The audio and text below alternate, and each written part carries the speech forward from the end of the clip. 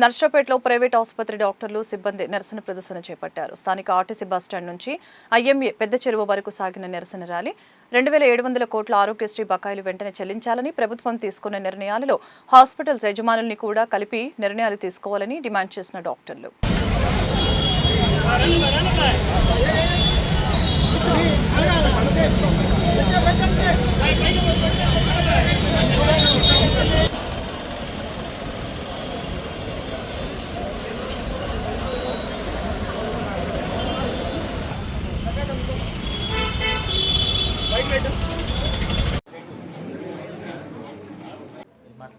Vinukonda road నుంచి IMA hall దాకా ర్యాలీగా రావడం జరిగింది. మా స్టాఫ్ డాక్టర్స్ అందరితోటి.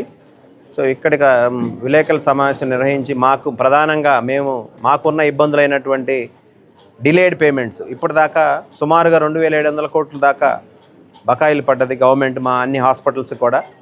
సో దీనివలన మేము నెలవారీ ఖర్చులు కూడా మీట్ అవ్వలేని పరిస్థితి వచ్చింది ఈ రోజున. మరియు ప్యాకేజీలు కూడా ఎప్పుడో 2007, 2009లో కొంత మార్జినల్గా పెంచారు, కానీ 2012, 14 తర్వాత ఇంతవరకు కూడా ఎలాంటి హైక్ జరగలేదు. దాంతో మాకు అవుతున్న ఖర్చుల్ని మీట్ అవ్వలేక చాలా హాస్పిటల్స్ కూడా ఇబ్బంది పడుతూ ఉన్నాయి. చాలామంది హాస్పిటల్స్లో ఉన్న సిబ్బందిని కూడా తగ్గించేయడం జరిగింది. సో ఇవన్నీ కూడా గవర్నమెంట్ దృష్టికి తీసుకెళ్ళాలి. అదిగాక కొత్తగా జనరలైజ్డ్ ఇన్సూరెన్స్ పాలసీని యూనివర్సల్గా ప్రతి పౌరుడికి ఇన్వాల్వ్ చేస్తాము అని గవర్నమెంట్ ఈ మధ్య రీసెంట్గా చెప్పిన దాని మీద మా యొక్క ఆందోళన ఏంటంటే, కంపల్సరీగా మా యొక్క డాక్టర్లను కూడా అసోసియేషన్ తరఫున కొంతమందిని మీరు ఇన్వాల్వ్ చేసి మీరు ఏ విధంగా ప్యాకేజీలు ఏ విధంగా పెంచబోతున్నారు, ఏ విధంగా ఉండబోతుంది అనేది మాతో డిస్కషన్ చేసినట్టే హాస్పిటల్స్ అసోసియేషన్ తోటి మాకున్న కన్సర్న్స్ని కూడా మీతో చెప్పిన తర్వాత అవి సానుకూలంగా స్పందిస్తే గవర్నమెంట్ అది సక్సెస్ఫుల్గా రన్ చేయడానికి కూడా ఒక అవకాశం ఉంటుంది.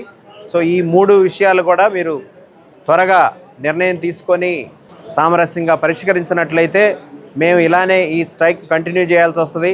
ఇప్పటివరకు ఎలాంటి స్పందన లేదు. ఆ ఉద్దేశంతో మేము ఈరోజు ఈ ర్యాలీగా ఈ ప్రెస్ మీట్లు పెట్టి గవర్నమెంట్కి తెలియజేయాలనే ఉద్దేశంతో ఈరోజు నిర్వహించడం జరిగింది. గురువారం రోజున దీని కంటిన్యూషన్లో భాగంగానే మా త్రూఅవుట్ స్టేట్ మా హాస్పిటల్స్ నుంచి మా స్టాఫ్, హాస్పిటల్స్, డాక్టర్స్ అందరూ కూడా మేము ధర్నా చేయడానికి చలో విజయవాడ వెళ్ళటం జరుగుతుంది.